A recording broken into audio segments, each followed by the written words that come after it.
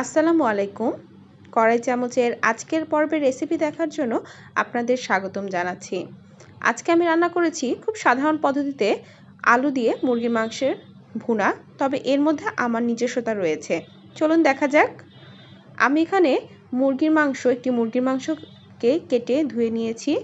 এখন আমি চলে যাব আলুর প্রিপারেশনে। যেহেতু আমি আলু দিয়ে এটা রান্না করব, তাই জন্য আমি এখানে দুটো বড় সাইজের আলু এভাবে কেটে নিয়ে এর মধ্যে হলুদের গুঁড়া এবং লবণ দিয়ে ভালোভাবে মাখিয়ে নিব। আলু ভালোভাবে মাখিয়ে নেওয়ার পর আমি এটাকে তেলে ভেজে নিব।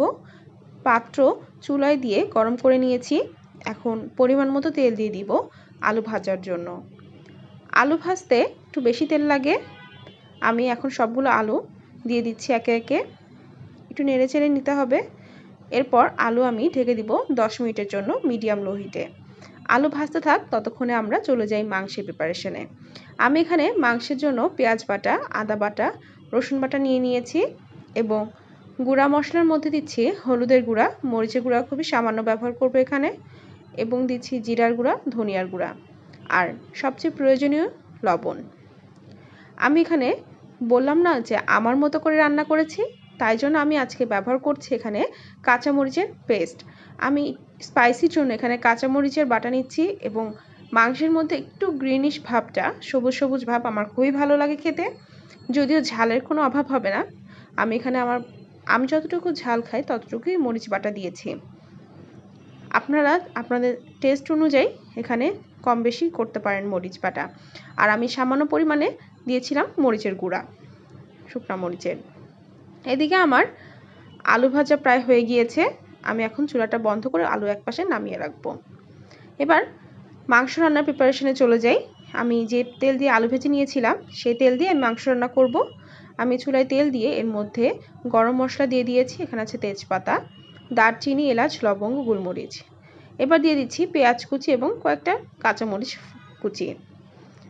এখন পেঁয়াজ সামান্য লাল লাল করে নিতে হবে, খুব বেশি লাল করা যাবে না। একটু ব্রাউনিশ কালার হয়ে আসলে এর মধ্যে আমি মাখিয়ে রাখা মাংসগুলো দিয়ে দিব। আমি এখানে যে মাংস মাখিয়ে রেখেছিলাম সেগুলা দিয়ে দিচ্ছি। আপনারা চাইলে 1 ঘন্টা ম্যারিনেট করে রাখতে পারেন, তবে সময় স্বল্পতার জন্য আমি যতক্ষণ সময় আলু ভেজেছিলাম 10-15 মিনিটের মতো আমি ম্যারিনেট করে রেখেছি। এখন আমি মাংস দিয়ে ভালোভাবে কষিয়ে নিব। আমি যে পাত্রে মাখিয়ে রেখেছিলাম সেই পাত্রে যে মশলাগুলো ছিল সেটা পানি দিয়ে ধুয়ে মাংসের মধ্যে দিয়ে দিচ্ছি। এবার আস্তে জালে রান্না করতে হবে। আমি 15 মিনিটের জন্য মিডিয়াম লো হিটে মাংস রেখে দিব। ঢাকনা খোলার পর দেখা যাচ্ছে মাংস থেকে অনেক পানি ছেড়ে দিয়েছে। মাংস আমার অলমোস্ট সিদ্ধ হয়ে গিয়েছে। যেহেতু এটা ফার্মের মুরগি, বেশিক্ষণ সময় লাগে না। আমি এই মাংসের মধ্যেই দিয়ে দিচ্ছি আলু ভেজে রাখাগুলো। এখন আমি ভালোভাবে কষিয়ে নিব। আমার মাংস থেকে তেল ছেড়ে দিয়েছে এবং ভালোভাবে কষানো হয়ে গিয়েছে। এখন আমি ঝোলের জন্য সামান্য পরিমাণে গরম পানি দিব। যেহেতু মাংস আমার কুক হয়ে গিয়েছে, শুধুমাত্র যতটুকু আমি গ্রেভি রাখবো সেই জন্য আমি ততটুকু পরিমাণ পানি দিব। আমি এখানে গরম পানি দিয়ে দিয়েছি।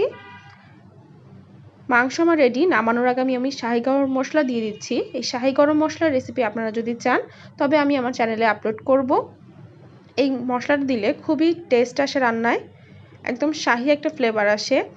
এই রান্নার মধ্যে এই গরম মশলাটা ব্যবহার করা কারণে এবং কাঁচামরিচ বাটা ব্যবহার করার কারণে নর্মাল মুরগির মাংস রান্না থেকে একটু ভিন্ন। আপনারা অবশ্যই ট্রাই করবেন। তৈরি হয়ে গেল খুবই মজার এবং একটু ভিন্ন রকমের মুরগির মাংস রান্না। আপনারা এটা গরম ভাত কিংবা রুটি দিয়েও খেতে পারেন। আমার রান্না যদি ভালো লেগে থাকে এবং এরকম যদি আরও সহজ রান্না দেখতে চান তবে আমার চ্যানেলটি লাইক, শেয়ার এবং সাবস্ক্রাইব করবেন এবং পাশে থাকবেন। ধন্যবাদ।